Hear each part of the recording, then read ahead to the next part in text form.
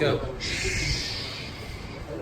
Good evening, everyone, and thank you so much for joining us for this Pesicha of this new learning program, Emir Hashem, which we hope will be ma'ached all the different parts of the Dekhilla around the same page of Gemara, the same single side of Gemara every week, everybody plugging into it at their own level, different languages, different levels, and thank you to everybody for participating. I'd like to give a short introduction before we even start the learning, which in a way perhaps is as important. You're all no doubt aware, everybody will have heard of Reb Meir Shapiro, Zecher Tzadik Livracha. Reb Meir Shapiro is a young man. In 1923, he stands in front of the Gedolim in the Knessia Gedola, and the Chofetz Chaim very famously, very strategically stands up for him. And then he launches the idea for which he is so famous, the Daf Yomi. And he says that he attributes this yuzma, this project, to his mother. Because when he was a young boy, he came home one day, I'm not sure whether the Malamed didn't show up or he didn't show up. But one way or another, it didn't happen, the learning didn't happen that day. And he comes home and his mother's crying. And little Meir says to his mother, "What's the big deal?" And she said to him, "You didn't learn Torah today." So he said what every little boy would say, "Okay, we'll learn tomorrow." She said, "No, you missed the point. Today's Torah is gone forever.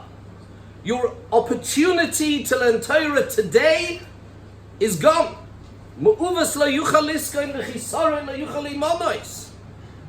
And his mother was crying. He said, "From there I realized the idea of having a consistency and a commitment to daily learning." And then he quoted the Gemara in Yevamos, Kuf Chaf Aleph. And the Gemara says as follows. Those of you that are familiar with learning Gemara will know that for some reason Rabban Gamliel was often on a boat. Many times, in many different places. As the Nasi, whether he was interceding on our behalf to the Romans and others, but more than many times. Says the Gemara, Omer Rabban Gamliel, Pam achas hayisi mahalech b'sfina. It once happened that I was on a boat. V'ra'isi sfina achas shenishbara, and I saw another boat that had been shipwrecked. V'hoyisi mitzta'er al Talmud Chacham sheba. And I was upset because I knew that there was a Talmud Chacham on that boat. And he was convinced the boat is shipwrecked, it's gone. That Talmud Chacham that was on that boat is now dead. Umano, says the Gemara, who was this? Rabbi Akiva. Rabbi Akiva was on that boat. And therefore, as far as he was concerned, and if you know the context in Yevamos is, at what point when somebody is lost at sea can we assume that they are dead? Mayim she'ein lohem soif, that's the sugi over here. And he was sure that Rabbi Akiva's nebuch, avek, ukeshe'elesi b'yabosha. Says Rabban Gamliel, I arrived at the port. Uba v'yoshav v'don lefonai ba'alocha. All of a sudden Rabbi Akiva walks in and he starts engaging me in learning. Amarti lo, I said to him, B'ni, my son, mi he'elcha. How did you survive? Omali daf shel sfina nizdamenli. A board from the shipwreck, a piece of wood, nizdamenli, came my way. And this is not really the message for tonight, but think about it and think about Rabbi Akiva and all the things we know about him. V'chol gal v'gal shebo olai. As each menacing wave, stormy wave came to me, upon me, and threatened to drown me, what did I do? Na'anesi lo roshi. I didn't fight it. I bowed my head in submission. I let it wash over me whilst holding on to the board. Mikan amru chachomim, and from here Chazal say, this is an attitude to have. Said Reb Meir Shapiro. And this holds oh so true still today.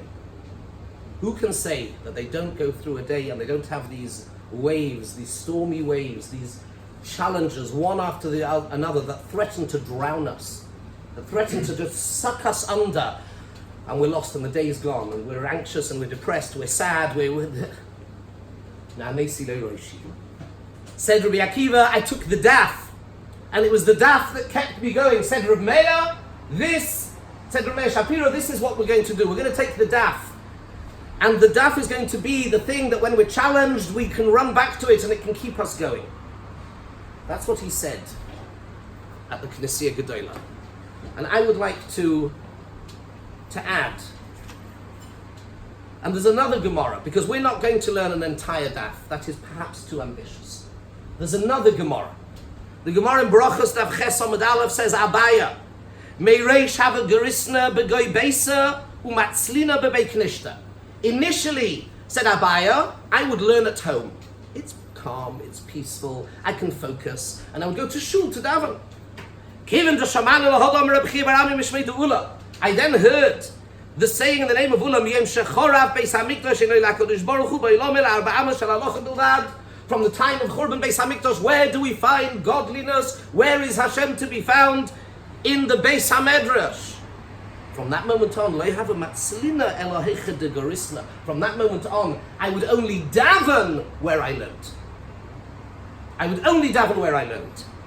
there's a machlokes rishonim, not for now, it's a fascinating machlokes. There are some who say that if you learn in another place, perhaps you should even daven b'yechidus, because that's where you learn. Because where you learn, that's where the Shekhinah is.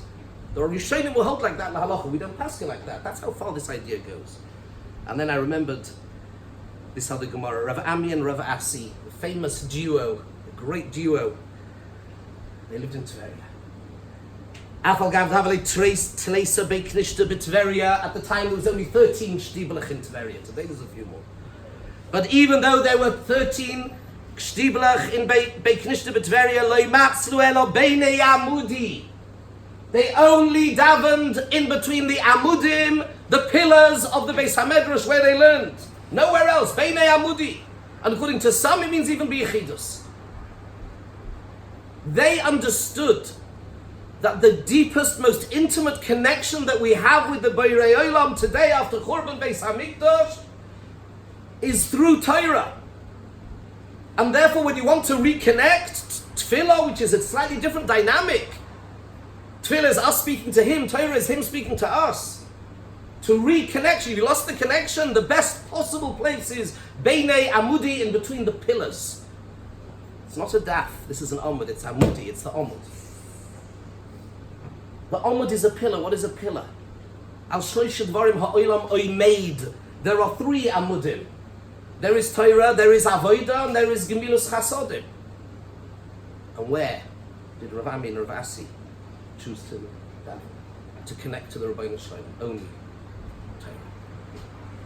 And therefore we hope, our hope and our wish in Yitz Hashem for this project is not only that it should be our daf, it should be that which when the daily waves threaten to swamp us and drown us, that we're able to, we're able to keep connected and stay whole, stay real through the Torah, but also it will be Amudi, it will be our Amud, it will be that which, it's the planks, the pillars, the support structure of our whole edifice. As a human being, as a Jew, our connection to the Rabbeinu Shalom, Beini Amudi.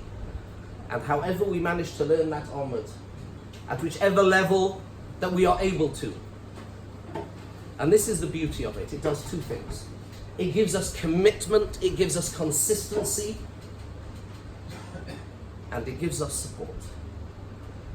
Because the more, as you know, the more that one delves into Torah, the more the Torah becomes Ishmael. But we've got to stick at it. And we're very fortunate, Baruch Hashem, to have resources here. Reb Shlomo, Reb Koilel, Reb Chaim, others. And therefore the idea is to make it bespoke. We discussed last night whether that's a word. You know what that word means, bespoke? Hands up, anybody knows that word? No? It's a word which means it's tailored, it's for you, in Yitz Hashem. And therefore, the Rabbeinu Shalom should give us hatzlacha, should give us the the siyata d'shmaya, the wisdom, to have that commitment and consistency to staying the course. And Mitzvah Hashem, we should have tremendous hatzlacha with that. Let's start the sugya and let's look at one small aspect from the beginning. You should all have a Rosh Hashanah sheet. Maybe I didn't print enough. Wonderful. Okay, let's begin to look at one aspect. So next week is really the whole, where the shiurim will be starting. We will be sending out also a Google Doc, an email to everybody where you're able then to choose the level that you want, the type of shiur that you want, or an other, so that we can tailor make it to you. Please respond. We will follow up on that, and we hope this is the start of an incredible commitment to Torah, Mitzvah Hashem. And if time permits, hopefully we'll actually manage somehow to tie back what we're going to discuss today in the Gemara to what we started with as well. Zog the Heilige Mishnah. I don't know how to say it in German, but it's okay. Forgive me. Arba Rosh Hashanim Heim. There are 4 Rosh Hashanim. Any accountants in the audience? You probably have a 5th, right? Tax year, right? Tax year, big one. So there are different, and by the way, that's not so simple. There are poskim who hold, it's a bit of a machlokes, there are poskim who hold that Rosh Hashanah is also for your meiser, your financial meiser calculations. Where's the beginning and the end of your year? It's a bit of a machlokes. Many hold it should actually be Rosh Hashanah. But anyway, Arba Rosh Hashanim Heim, there are 4 different Rosh Hashanim. And the one tonight, we're just going to touch on one tiny aspect. We have to leave plenty of space for all the other Magidei Shir, plenty for you to discover over the next week in Mitzvah Hashem. And the first one is Be'echad b'Nisan Rosh Hashanah L'Melachim. The first of Nisan, Rosh Chodesh Nisan, is a Rosh Hashanah. It's the beginning of a year. What year is it the beginning of? It's the beginning of a year for kings. The Gemara later will discuss, according to most, this we're talking about here about Jewish kings. There's a whole different cheshbon when the year, the beginning of the reign of a monarchy, what point is considered the beginning?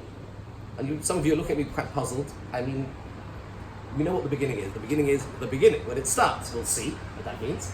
And for Gentile kings, it was a different cheshbon, but for Jewish kings, it was Rosh Chodesh Nisan. Rosh Chodesh Nisan marks the beginning of the new year for a king. Says Rashi, Regilim hayu limnois zman shtoroi seihem l'shlois hamelech mishana sha'omad ha. They would count. There's a system when you have documents. For documents to be valid, which we'll discuss, there needs to be a date. And they would, what they used to do was they would put in the date of the year of the king. Leminyan l'shlois hamelech mishana sha'omad ba hamelech, as the Gemara says in Mesechta Gittin, they did it because of Shalom Malchus, to pay respect to the king. Tosfos doesn't like this because I said I thought we were talking about Jewish kings. Surely we don't need to give respect to Jews. I mean, yeah, okay. But this is something that perhaps we'll look at another time. But therefore, says Rashi, v'kovu chachomim. The chachomim fixed. There is a fixed start date for the year of every king, irrespective of when he actually took the throne. The beginning of a year is on Rosh Chodesh Nisan. So if he's in the middle of the year, then it comes Rosh Chodesh Nisan, it's the next year. Even if he was only king for a day. Or he'd been king for almost a year, it's irrelevant. Rosh Chodesh Nisan marks the next day. What is the relevance? The relevance is for marking, dating our documents, official documents. And here Rashi gives us a little bit more detail. The Chachamim fixed that it would be the beginning of Nisan for the beginning of his year. Even if he only became king in Shvat or Adar, he had only been king for a month. And then it comes Nisan, Kol Sosh Nosoi, when it now becomes Rosh Chodesh Nisan, that's the end of that year, and now he's into his second year. Finished. Fine. Says the Gemara, let's go to the Gemara quickly. Says the Gemara, L'melachim, L'mai Hilchasa. And here there's actually a machlokes rishonim to understand what the Gemara is actually asking. Is the Gemara asking, who cares? Is the Gemara asking, what is the nafka mina? What difference is it going to make? Is that what the Gemara is asking? Or is the Gemara saying, why did Chachamim bother to have one specific, consistent date for all kings. Some Rishonim say, if you're going to have a document system, and that document system is going to have integrity, and it's going to be clear what date you're referring to, then of course you have to have a system of some sort. But maybe the question was, why did we have to be that date, and the same date for all the kings? In other words, say some of the Rishonim, everybody agrees you'd have to have a date. But why that specific date? Let's see. Says the Gemara, so what difference does it make? The difference is the authenticity, the validity of documents. Now here's where the fun starts, you have to follow with me. There's a Mishnah in Mesechta Shvius, of Shemitah.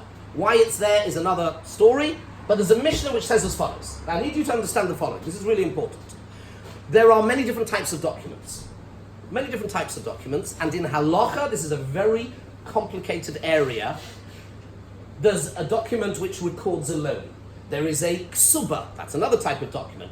Who can tell me other types of documents? A shtar is a document, not letting you get away with that one. That is the umbrella term, very good, yes. Shtar means a document, that's an umbrella term for all documents. Give me other types of documents. Sorry? Tiki. Wow, that's a special one. Apoita, hey, koi, good, yes. A get. A get is another type of document. There's many more. Shtar hakno, shtar raya. There's many different types. You often would want to document and record many different things. Bill of sale, lots of different things. The Mishnah here is talking about a bill of records a loan. Now here, follow with me. The reason that it talks about this is very straightforward, because imagine, you started, so I'm going to finish with you. Imagine I borrow money from you, okay? So I borrow 100 euro from you on Rosh Chodesh Ellul, okay? Now, we then record that, and that is, now there's two ways we can do this. We can either do this as what's called a milva al peh, a loan which is just oral. We don't need to record it, even though in halacha, by the way, you should write down, it says you should write down every single loan. But one possibility is that I borrow money from you, and that is a milva al peh. It isn't recorded. And another possibility, and this is the one we're discussing, is there is a shtar chayv. There is a document which records the loan. Why that is important is because from the time that document is dated, you have what's called a shibud. In English it's a lien. What is it in German, please? Come on, any legal minds? A lien is L-I-E-N. It means you have a right to the value of that. When you write down a record a loan, from that moment, he has a right from that moment to £100 worth of my assets. 100 euros worth of my assets. Correct? What difference does it make? If tomorrow, if the day after Rosh Chodesh Ellul, I then go and sell assets, and then when you come to get your loan back, I say, I'm really sorry, can't pay you, then you have the right, using the bill of document, to go to the fellow who I sold it to and say, I'm sorry, my right to this property predates yours. Because from the moment that a loan is recorded, it's a shtar chayv, there is a shibud, a lien on, you have a claim, a direct claim on my assets, and therefore the date is important. Therefore, if you were to forge the date, to avoid, forge the date to avoid other people, really I sold the property after the loan, right? But let's flip it around, let's forge it. Says the Mishnah, Shtorei chayv hamukdamin psulim. If you falsely record a loan as taking place earlier than it really did, what is the consequence of that? You're going to be able unfairly, unjustly, to extract property from a purchaser that purchased it later, that purchased it earlier really, should have the right to his property, and now he won't have the right to his property because you forged the date on the loan by making the loan too early. And therefore says the Mishnah, Shtorei chayv hamukdamin psulim. Psulim. Such a document is invalid. Now let me ask you, gentlemen, what do you hear when you hear those words? I've explained the way it works and the logic. What do you hear when you hear these words? A loan document which is forged to pretend that it's earlier than it really is. Psulim. What does that word posel mean? Posel. What do you always understand with the word posel? Not valid. Invalid. Psulim. And we understand why. Do you agree with that? Does that make sense? You don't agree with that? You think you should be able to forge, okay, remind me not to do any business with you. You think it's okay to go around forging the date of documents in order to unfairly extract property from somebody else? Of course you don't think that. So why do you think it's possible? What do you think? Without the shibud, they just move the You've been cheating. Okay, very good. I like that. Anybody, you can all feel free to cheat before time with pleasure. Amazing. So, Tosfos over here understands that when the Mishnah says posel, it means posel. Usually that's what the word means. What do you hear when you hear the word posel? It means it's invalid. Forget it. It's a useless piece of paper. It's not worth anything. Chaspa ba'alma, it's nothing. Why? It is a forgery. Show up in court with a document that can be shown to be a forgery. What will the court do with it? Throw it out and put you in jail for perjury. Right? Forget it. Rashi comes along here and says an amazing thing. It's not really posel, says Rashi. It's a long Rashi, we're not going to do it tonight. It's not really posel, says Rashi. It just means that it doesn't have the usual power and force that a shtar chayv normally has. See, there are two types of taking my assets. The bailiffs can come, the Basin can send, the court can send the bailiffs to take my property for the non-payment of a loan. There's two types. One is to come to my house and take my flat screen shas, yes? To come take my whatever it is, right? And another thing is for the Basin to come and take from somebody who bought from me, who I had sold in between time. Which one do you think it would be easier to do? Which one would be easier? Your own, that's right. They are, in the legal term, forgive me, I don't know how to say, unencumbered possessions. They don't have any other shibud on them. It's much more difficult to be able to go to somebody who's already in good faith bought a piece of property and then it turns out it was sold to him falsely. So Rashi learns as follows. When we say shtar chayv, which is falsely made too early, is no good, it doesn't mean it's totally no good. You know what it means? It means it's not great. It's not fantastic. That you can use it to even go to an unsuspecting buyer. But of course you can go to the guy's house, if he still has stuff, assets, you can go to his house and using that shtar, you can take his whatever it is. That's how Rashi lives. Tosfos says, I'm sorry, did you read what it says on the tin? Posel. Right? Posel. Posel means posel, it's no good, and we all understand why. So what is going on over here? This machlokas, Rashi and Tosfos, is a fascinating machlokas. Rashi and Tosfos. Let's look at this just for a couple of minutes. Right? Just for another 10 minutes. There's a huge amount to say here. And we discover something really, really, really interesting. And if we have time, we'll get back to actually what I started with before. You see, there are two problems here. We've got to think like a lawyer. You have to think like a detective. When you learn Gemara, you focus. With every fiber of your being, you put yourself into the shoes of the cheat, of whoever it is. What could I have said? What should I have said? What would I have said? What is logical? There are two separate problems with this document now. Who can tell me what those two separate problems are? I'm sorry, I'm going to make you think. What are the two separate problems with this shtar? There is it's a false shtar. It's a lie. Okay? It says that there was a loan on a particular date, and it's not true. The loan was much later.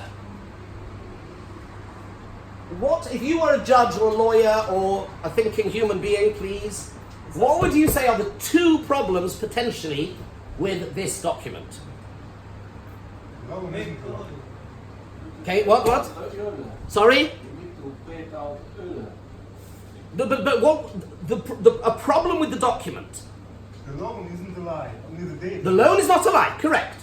Everybody agrees there was a loan. The date is a lie. Now, okay, but there's two separate problems here.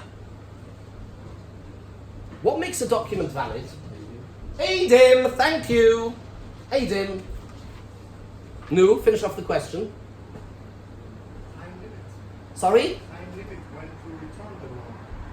Go much more elemental, much more basic. Aidim signed the fake for the possibility. The Aidim apostle! They signed. There's a whole shiloh. When do they only become apostle once they've signed it? And then you already have a shtar? There's a sort of claim about that. But you now have these Aidim. The next day, these fellows show up in shul, and I'm doing Masada Kiddushin. Would you use them? Would you want these guys as Aidim under your chuppah? They're Eidim Psulim, they're liars. They signed something which is a lie.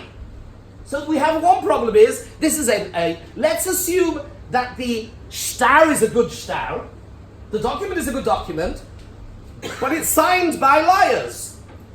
What is the use of having a shtar signed by liars, by Eidim Psulim? So that's problem number one, you have Eidim who are Psulim. Problem number two is... The other person also. No, agree. we've dealt with the persons. We've dealt with the persons. This is the obvious one. And that is that what it says in it, even if we can somehow get around the problem of saying that the people who signed on it are not liars. Let's assume we can get around it, and by the way, we do. The Ritva gives 4 different reasons. They made a mistake, it was an honest mistake. It could be an honest mistake, that's one answer. There's 4 different possible answers. The first thing we need to do is say all the Rishonim, Tosfos, Rabbah, the Maggid Mishnah, we need to ensure that, of course, these are not deliberate liars. If they are lying deliberately, of course, there's nothing to talk about. This piece of paper is utterly useless, even if what it says is true, because those who sign on it are liars, and you can't have it. There's a halacha, in the Lamadala, there's a whole simon in Shulchan Aruch, to be kosher for an edus. Choshev Rava, I think a year ago, 2 years ago, asked me to be an aid kiddushin at his daughter's chuppah. So I said to him, okay, I get the message. You want me to do tshuva? Okay. You have to do tshuva before you're an aid kiddushin. Otherwise, I'll toss in a Rosh aid. You're not allowed to be a Rosh, you have to do tshuva. It's halach and Shulchan Aruch. It's not a joke. Aid is l'kiyum adab. So let's assume we can somehow get around the one problem. So they are not liars. They made an honest, genuine mistake. They thought it was the loan was on Dalit Tishri, it was on Hay, whatever. Let's get around that problem. What's the other problem? So I now have kosher Eidim, but the Eidus, the testimony, what it says on it is a lie. So how on earth can Rashi say? Rashi says, what does Rashi say? That when it says posel, it doesn't really mean posel. It doesn't really mean posel. It means that you can't use this piece of paper to claim from an unsuspecting buyer. But of course you can use this piece of paper as a valid shtar to go to the guy's house and to take his TV, take his take his whatever. You can take his work, fine, that you can do. The obvious question is, how can that piece of paper have any validity at all? It is a lie. Because they agreed, they admitted that. But you agree on a lie doesn't make something a lie. Sorry? No, but you're using the shtar to be goiver. The shtar, in other words, this document has some validity. The obvious question is, this document should have no validity at all.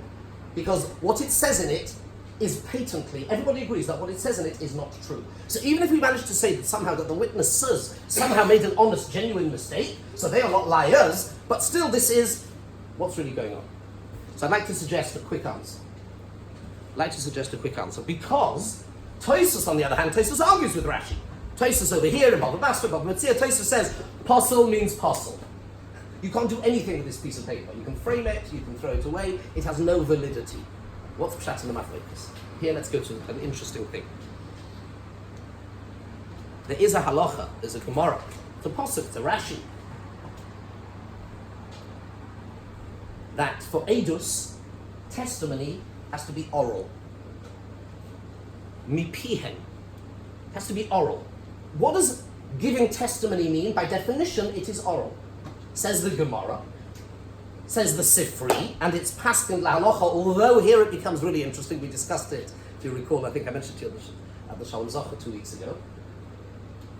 If you take testimony and you write down testimony, instead of giving it orally, like having many court systems. What's the halacha in Beis Din? Does anybody know? You take testimony, but instead of saying the testimony, you write it down and hand it into the dayanim. Any good? Yes or no? You're not my talmidim yet, otherwise you would know. My kids, my talmidim know. The correct answer is... It depends, it's a machlekes. Very good. You learn. Give me my secrets here. It's a machlekes. It's a massive machlekes. Rishonim, Rashi, and Tosfos. It's a massive machlekes. Rashi... See which way round it is. Rashi holds it's no good. Nothing doing. Mipihem v'lo mipi ksavam. Written testimony is not worth the paper it's printed on. Written, it's not written, it can't be, the word testimony, you can't say written and testimony in the same sentence. It's an oxymoron. They don't go together. You can't have written and testimony. If something, Now here we have a problem. Hold on a second, Rashi, if I may ask you a question. What's the obvious question you would like to ask Rashi? So what on earth, what is this concept of a shtar? What is it? Then there is such thing as a document. And the document has validity. So what is a document? If it isn't testimony, it's something else. If it's something else, that means it's not subject to the normal laws which limit testimony. It's not testimony. I don't know what it is. It's a beast there called a shtar. We'll have to work out what it is. But it's not Eidus. That's clear according to Rashi. On the other hand, Rabbeinu Tam, in a number of different places, Rabbeinu Tam says, and it's really interesting, I'll just read you out, so Tosfos in one place, Tosfos in Yevamos, Lamed Aleph on the base, says Tosfos, you want to hear a story what used to happen, says Tosfos? Says the Ri, Shoma me Rabbeinu Tam, Shenoy hagin achshav, sheshulchin ha'edin, eduson b'ksav yodom lebeistin. Says the Ri that he heard from Rabbeinu Tam, this is what they do in the courts in France, in the Beit Botei Din. They write down their testimony and they send it in. And says Rabbeinu Tam, that's absolutely fine, no problem. 1 minute, what about the posuk? Mi pihem, v'lo mi piksavam. Says Tosfos, no, that just means that if chas v'sholem, somebody is mute and unable to speak, that's what it means. You have to have the capacity to speak, but you do not actually need to speak for something to be considered testimony. That's Tosfos' opinion. Rashi, on the other hand, says, no, anything that is written down is not testimony. And in a nutshell, my friends, that is the answer.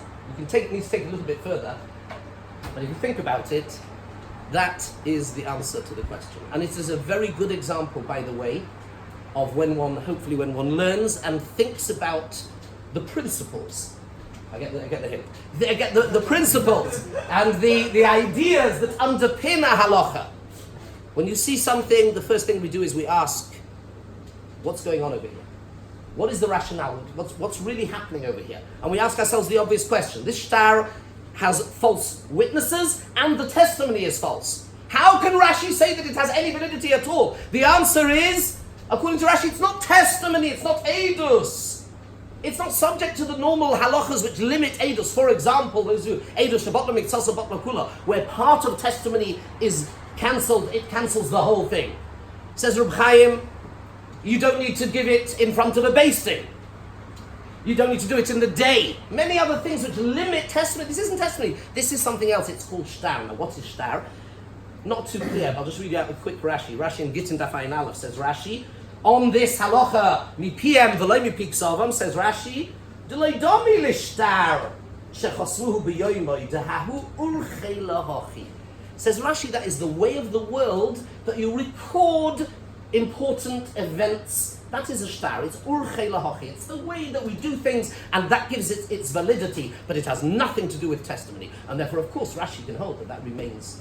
You can still use that piece of paper, because a shtar is not subject to the laws of testimony. It's something else. And you can have something where as long as they are not liars, they made an honest mistake, but you can still have validity to the testimony, to the shtar, even though it can have some validity, even though it's wrong.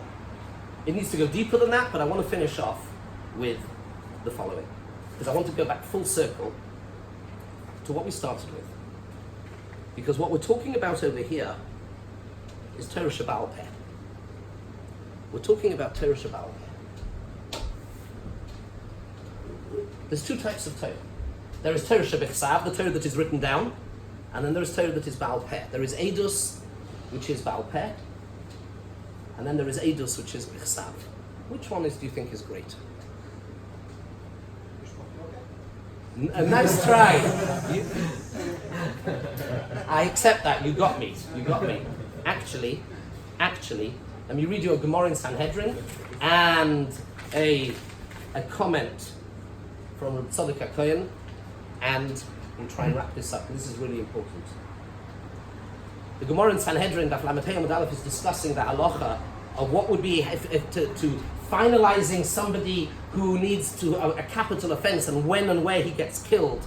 And the Gemara says, well, we're running short of time, so why don't we judge him on Friday, finish it off on Sunday, because we have a court stenographer. We have somebody who writes down every word. Nidayne b'malad b'shabsa, v'nigmarei b'chad b'shabsa. And we'll finish it off on Sunday, says the Gemara. No, we can't do that, because minshu ta'amayu, they'll forget their rationale. They'll forget the potency, the strength of their claim. They will forget. Says the Gemara, what do you mean? You have people who stand and record every single word. Says the Gemara, listen, even though they write down, liba de imshi inshi. The heart of a person is the person, says Rashi. Liba de inshi lekosti. You cannot capture in words the depth of what a person is really thinking and feeling. Torah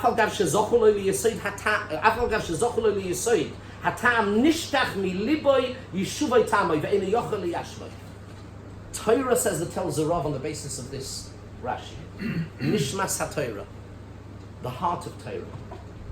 Torah Shabal Peh,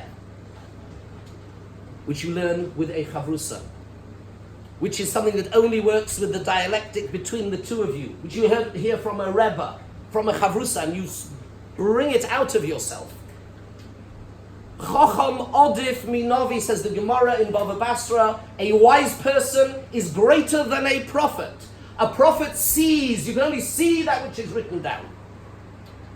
The Chacham, says the Ramban over there, Yoidim ha'emes belibam beruach hakodesh shebekirbam. It is deeper. That is the essence of Torah. With Nebuch, we had to write things down we were going to forget. But ki al pi hadvarim ha'ela karati et chabris. It is on the basis of the living, spoken Torah that we say, that comes from our neshama. That is the heart and the essence of Torah. That is what this endeavor is about. There's mi piem v'lo mi pi ksava. Says Reb Tzadok, there was a time when we had Klal Yisrael together. I'll just read you out his words and finish with this. Kol zman shehoyu kol Yisrael yachad ba'oretz Yisrael v'lomdu Torah hatalmidim mipi Rabbi Seihem. When we had that connection between Rebbe and Talmud, the mimetic tradition, as it's sometimes called, the Masorah was handed down from Rebbe to Talmud. The Ne'esra Haksiva, it was forbidden to write something down, so that you shouldn't rely on what is written. V'yitztarchu lilmod mipi harav, they would have to learn it from a living Sefer Torah. Unfortunately, it came to a point where we had no choice. But the challenge for all of us is to connect and engage with Torah again, the Torah that is inside of us, our Torah. And through, hopefully, the learning in Its Hashem of this program that we're going to engage with, we're going to make noise, we're going to learn, we're going to grapple, we're going to understand, we're going to steig, and above all else, we're going to enjoy it. In Its Hashem, that will help us. Those will be our amudim. Those should be the pillars of support of our lives and enable us to put our heads down when the waves come crashing and keep us going. Thank you very much.